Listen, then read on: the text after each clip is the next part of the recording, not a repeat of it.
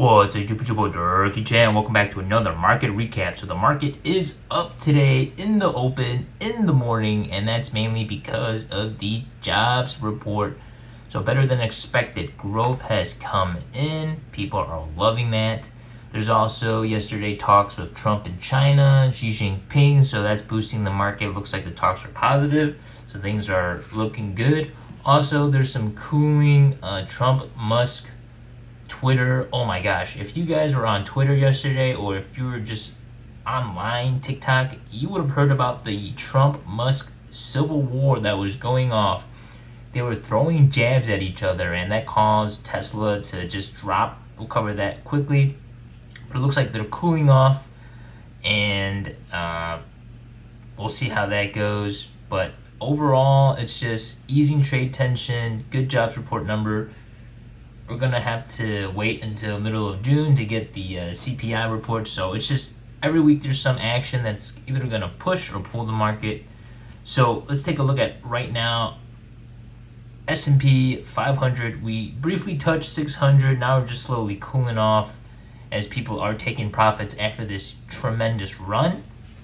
Now another stock that took a huge beating this morning when I logged on was LULULEMON, down 20%. And I was like, what the heck is going on? But it's pretty much it. It knocked out the quarter, but its guidance for the next couple of quarters is uncertain because of tariffs.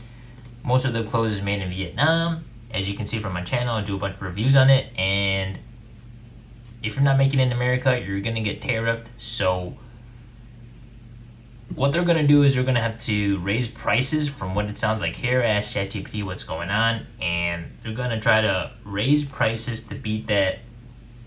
But again, consumer demand is slowing down. I haven't bought something from LULULEMON since 2003, and there's a lot of competition now with different brands like Viore and Aloe.